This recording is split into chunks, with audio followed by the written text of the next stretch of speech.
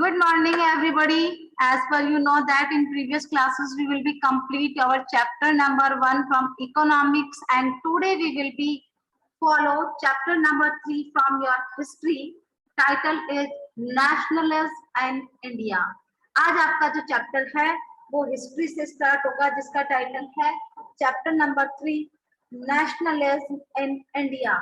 सबसे पहले हमें अपने चैप्टर की जो टाइटल है उसको समझना है। भारत के अंदर जो राष्ट्रवाद की जो भावना आई थी, किस प्रकार से राष्ट्रवाद आया, इस पर इस चैप्टर के अंदर डिटेल में दिया गया है कि कौन कौन से मूवमेंट हुए थे, कौन कौन से कॉर्पोरेशन हुए थे, उस बीच में कौन कौन से वार हुए थे, जिससे इस नेशनलिज्म जो है, राष्ट्रवाद जो है, उसकी भावना जो है लोगों के अंदर किस प्रकार से उदय हुई। तो यहाँ हम let us we will be start our chapter here.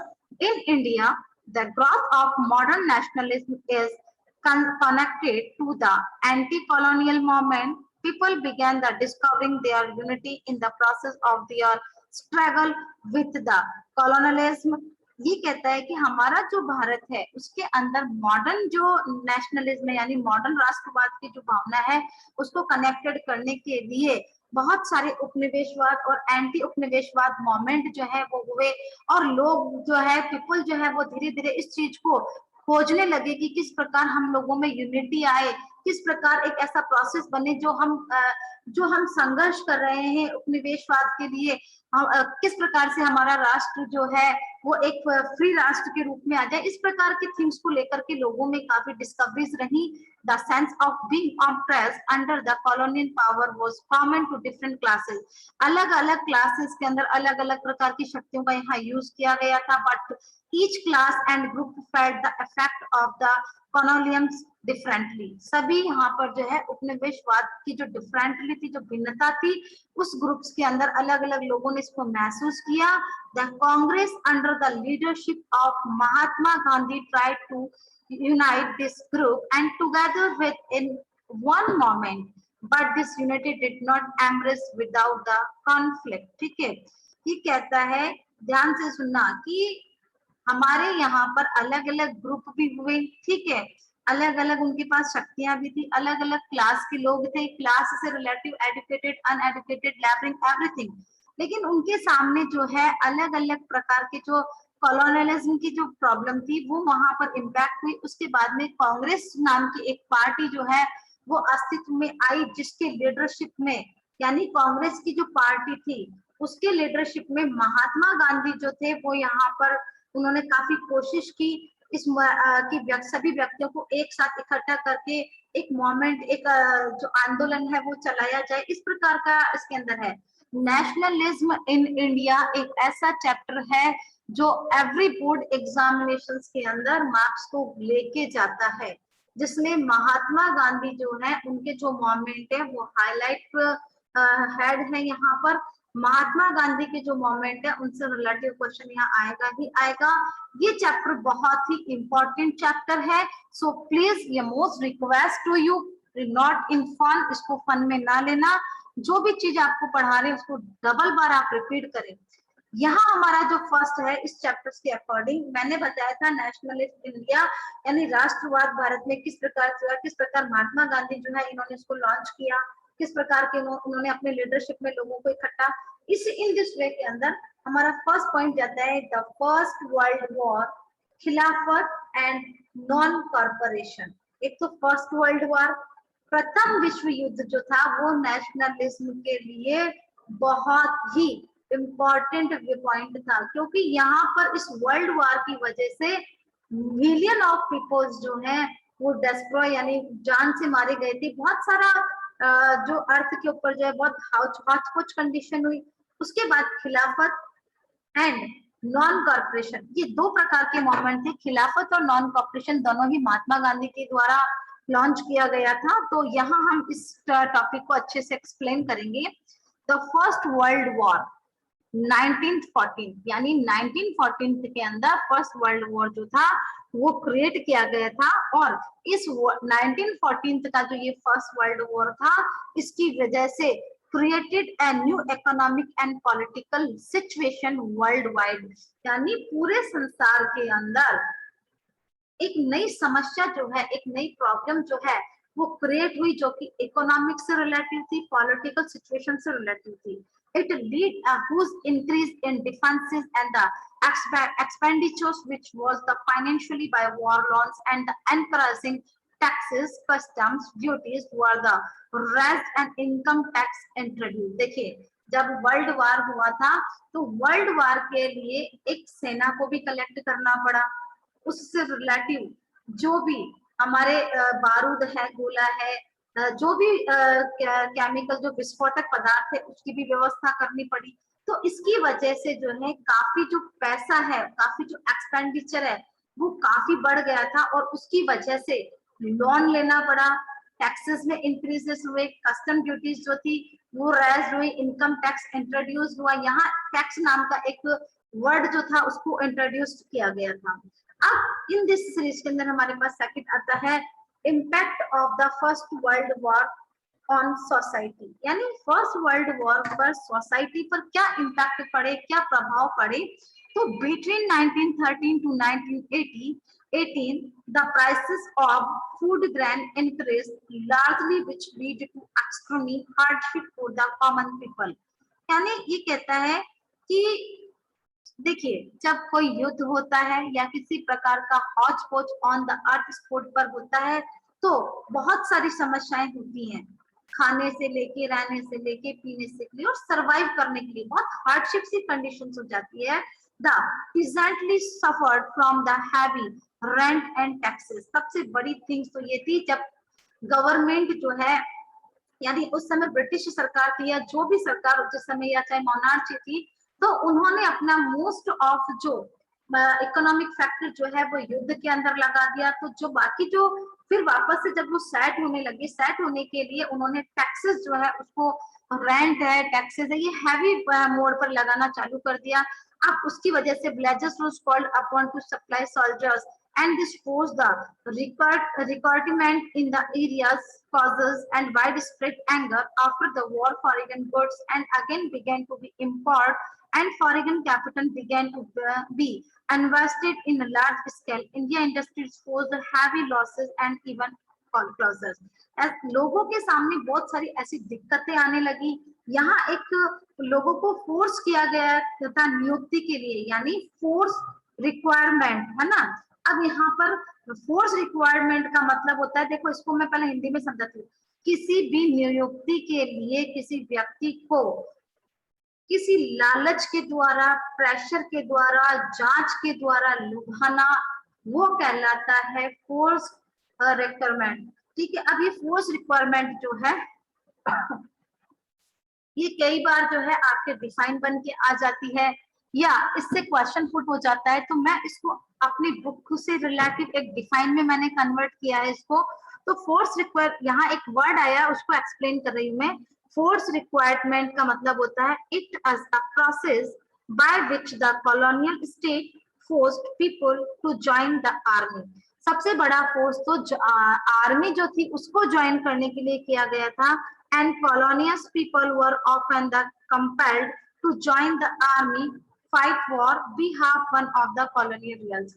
अलग अलग लोगों की जांच की जाने लगी, उनके इंटरनल, उनका जो स्टैमिना होता है उसको जांच किया जाने लगा. इस प्रकार का फोर्स जो है यहाँ पर चलता रहा.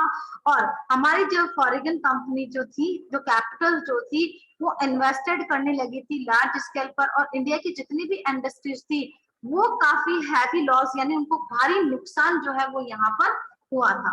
फिर उसके बाद में हमारा नेक्स्ट टॉपिक आता है सोशल कंडीशन आफ्टर. देखिए, social condition after the war. अब सामाजिक स्थिति, देखिए मैंने बोला impact of the first world on the society. समाज के ऊपर हमारी सोशल कंडीशंस का क्या फर्क पड़ा. ठीक है. अब आता है social condition after the war. अब जब ये युद्ध खत्म हो गया उसके बाद समाज जो था उसकी क्या स्थिति थी. तो इन 1918 से 1919 से लेकर के 2021 crops failed in many part. फसल जो थी वो समाप्त हो चुकी थी. हम बोलते हैं कि समाज जो था उसकी क्या स्थिति थी, आफ्टर द वॉर, इस युद्ध के बाद, इस वॉर के बाद में क्या प्रॉब्लम आई, तो 1819 से 2021 यानी 1819 से 1921 तक जो मेजर क्रॉप्स थी, जो मेन क्रॉप्स जो के जो पार्ट्स थे वो कंप्लीटली फेल्ड हो चुके थे of the India and the resulting in accurate shortage of food. और सबसे बड़ी जो भारी जो कमी आई वो थी भोजन की, यानी पर्याप्त भोजन नहीं था, भोजन की बहुत शॉर्टेज थी, कमी हो गई थी। क्यों?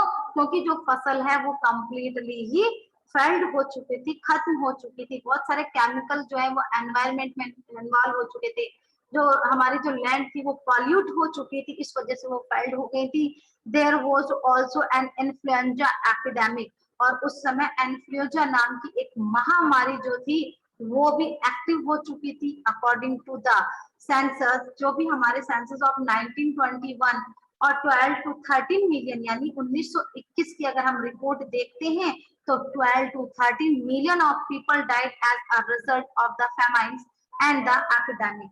ये कहते हैं कि 12 से 13 यानी 12 से 13 मिलियन जो पीपल जो थे वो इसके अंदर मारे गए थे, इस महामारी के अंदर, इस महामारी के मतलब अटैच में आ गए थे, यानी चपेट में आ गए थे। People hoped their suffering would be reduced after the war, but that did not happen. लोगों ने सोचा कि इस युद्ध के बाद में, उन्होंने होप की, जो व्यक्ति सफरिंग थे उन्होंने एक आशा की कि वो जो है रिड्यूस्ड हो जाएंगे इस युद्ध के बाद, लेकिन ऐसा कुछ भी घटना जो है वो घटित नहीं हुई। उस महामारी से ग्रसित जो व्यक्ति थे उसमें most of peoples are dying, काफी सारे जो लोग थे वो मर चुके थे। नेक्स्ट आता है हमारा यहाँ पे एक पॉइंट जो कि मैंने नोटेड नहीं किया है, अमरजेंस। ओके, ध्यान से सुन लेना, अमरजेंस ऑफ महात्मा गांधी। अब महात्मा गांधी जो है उनकी एंट्री जो है इस नेशनलिज्म इंडिया के अंदर एंटर होती है in such as the critical social condition. वास्तव में जिस समय महात्मा गांधी इस मोमेंट के अंदर इस ये भी एक नेशनलिज्म इन भारत की एक प्रकार का युद्ध भी था। जब महात्मा गांधी इसके अंदर आए तो हमारी जो सोशल, हमारी जो सामाजिक कंडीशन थी वो बहुत ही क्रिटिकल थी। And new leader Mohandas Karamchand Gandhi appeared. उस समय एक नया शासक, एक नया लीडर जो है हमारे सामने प्रकट हुआ, जिसका नाम था Mohandas Karamchand Gandhi. He suggested a new method of action. उसने नए एक्शन को सजेस्ट किया and he was the popularly known as Bapu और महात्मा गांधी। और वो बहुत ही पॉपुलर हुए और एक नाम उनको दिया गया था बापू, और लोग बाग जो है उनको इंट्रोड्यूस होने लगे थे बापू और महात्मा गांधी के नाम से, जबकि इनका पूरा नाम था मोहनचंद करमचंद गांधी। लेकिन ये पॉपुलर हुए बापू और महात्मा गांधी के नाम से, जो कि 10th स्टैंडर्ड के अंदर हो। I hope everybody know about it. जब महात्मा गांधी यहाँ एंटर्ड हुए इस क्रिटिकल कंडीशंस के अंदर एक नए लीडर के रूप में, तब इन्होंने यहाँ एक नया आइडियाज जो है वो स्प्रेड किया। वो आइडियाज था द आइडिया ऑफ सत्याग्रह। ध्यान रखना, ये जो है बहुत ही इम्पोर्टेंट सेक्टर है सत्याग्रह, जो कि जितने भी मूवमेंट हैं महात्मा गांधी के वो इसकी बैकबोन है, यानी इस चैप्टर की बैकबोन है। ध्यान रख लेना इस चीज का आप लोग। अब जो है एक्सप्लेन करने जा रहे हैं the idea of satyagraha. Mahatma Gandhi return to India in January 1915। 1914 के अंदर फर्स्ट वर्ल्ड वॉर हुआ था और 1915 जनवरी 1915 के अंदर महात्मा गांधी जो है उनका एंट्रेंस हो जाता है। This heroic fight for the Indian in south Africa was well known. South Africa के अंदर एक हीरो के समान जो फाइट करता हुआ एंटर हुआ था साउथ अफ्रीका के बाद, जो कि सभी अच्छी तरीके से जानते हैं। His novel method of mass agitations known as satyagraha है। उनका जो मेथड ऑफ मॉस था, जिसमें लोगों को जो घबराहट थी उसको एक नया मोड़ दे करके उन्होंने लॉन्च किया, जिसका नाम था satyagraha. Okay, had yield good result, जिसके अच्छे रिजल्ट आए। सत्याग्रह was method of agitation and protest based on the truth। यानी ये सब सत्य का साथ देना, इंटरनल जो घबराहट है उसको आउट करना, इस प्रकार का एक ऐसा मोमेंट था अपने आप के अंदर सच्चाई को सहन करने का। एंड नॉन वायलेंस, अहिंसा, मतलब उन्होंने बोला कि मार काट युद्ध इन सबको छोड़ करके हमको किस पे आना चाहिए, अहिंसा पर आना चाहिए, नॉन वायलेंस पे आना चाहिए। It was the passive resistance consist of the defences of law, non payment of taxes, boycott of government etcetera. उन्होंने यहाँ पर प्रतिरोध किया किस किस चीज का, डिफेंसेस ऑफ लॉ, कानून के अंदर जो डिफेंसेस थी उसका इन्होंने विरोध किया, non payment of taxes, boycott of government institution, सरकारी इंस्टीट्यूशंस को बायकॉट किया, यानी उनको कंप्लीटली परित्याग दिया। इस प्रकार के उन्होंने कुछ इस मैथोलॉजिस्ट के अंदर यानी सत्याग्रह के अंदर लोगों को लॉन्च किया। And it suggested that if the causes was true, और उन्होंने इसका कारण बताया सत्य। उन्होंने बोला अगर आप सत्य का साथ दोगे तो कभी भी परेशान, उनके द्वारा कहा गया था कि सत्य जो है परेशान हो सकता है, पराजित नहीं हो सकता। क्या कहा था कि सत्य जो है वो परेशान हो सकता है लेकिन पराजित नहीं हो सकता है। तो सत्य जो है वही एक कारण है हमारे सच जो है। उन्होंने सजेस्ट किया कि जीवन में जो है सच जो है, if the struggle was against the injustice, अगर वो कहते हैं अगर आपके साथ में किसी प्रकार की अन्याय कोई भी चीज है तो सत्य का साथ दो, आप हमेशा सक्सेस होगा। इस प्रकार की जो उन्होंने कुछ सजेशन जो है वो लोगों के समक्ष रखे। The physical force was not the necessary to fight the oppressor. ये कहता है फिजिकल फाइट यानी मार काट, घुड़सवारी, गोला बारूद, तलवार, ये कहता है इनकी किसी की भी आवश्यकता नहीं होती है, एक आर्मी की कोई आवश्यकता नहीं है। वी फील द ऑपरेसर, इन सब चीजों की हमें कोई आवश्यकता नहीं है। विदाउट बीइंग द एग्रेसिव, बिना एग्रेसिव के, एग्रेसिव यानी आकर्षण, तो गुस्से में आकर के सत्याग्रही could win the battle through and non-violent। Mahatma Gandhi believed that this dhamma of non-violence could the unite all the Indian। उन्होंने ऐसे बोला कि अग्रेसिव में आकर के कोई भी काम ऐसा नहीं है कि गुस्से ताकत से ही किया जा सकता है। सत्य के मार्ग पर चलकर भी हम अपने युद्ध को नॉन वायलेंस आधार पर जीत सकते हैं। और महात्मा गांधी का विश्वास था दैट दिस धामा ऑफ नॉन वायलेंस। आगे बात समझ में फिर आता है, ये तो था आइडिया ऑफ सत्याग्रह। अगर हम अपने भारत के अंदर अगर एंटर होते हैं तो सत्याग्रह इन इंडिया, भारत के अंदर जो सत्याग्रह था वो क्या था, क्या सक्सेसफुली हुआ नहीं हुआ, इसके बारे में हम यहाँ करते हैं। After arrive in India, Mahatma Gandhi successfully organised satyagraha movement at the various places. जब भारत के अंदर महात्मा गांधी आए तो उन्होंने बहुत ही सफलता पूर्वक सत्याग्रह मूवमेंट जो है उसको ऑर्गेनाइज किया अलग अलग जगहों पर। The experiment in Satyagraha brought Gandhiji into close touch with the masses, both the peasant in the rural areas and the workers in the urban area। In course of time, the became the symbol of poor and the downtrodden people। यानी उन्होंने गांव, शहरी, कमजोर सभी व्यक्तियों को जो है इसके अंदर लिया, लोगों को इसको समझाया, लोगों को डाउन ट्रॉड के अंदर लिया, अपने विश्वास के अंदर उन्होंने लिया। और some places for satyagraha really affected the society argument.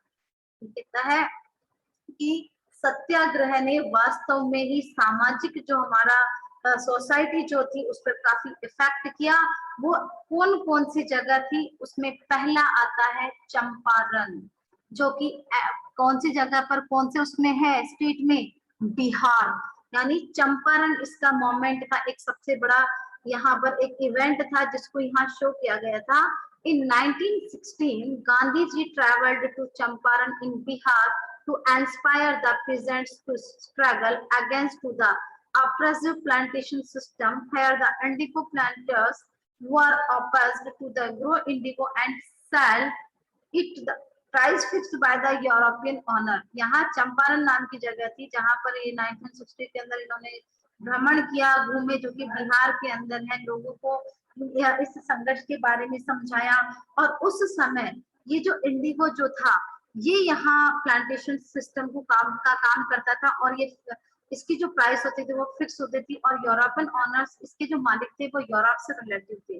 फिर एक सत्याग्रह जो है इसने चलाया था खेड़ा, खेड़ा जो कि एट ए प्रेजेंट गुजरात के अंदर है। देखिए आपका मैप आएगा इसमें से, डेफिनेट बोर्ड एग्जाम्स के अंदर जो है आपका एक मैप का कुछ ऑप्शन जो 3 मार्क्स का आता है, वो chapter number 3 nationalism in India ही लेके जाता है, जिसके अंदर चंपारण, खेड़ा, ये कहाँ पर है, तो आपको बिहार, गुजरात, इनको लोकेटेड करना पड़ेगा।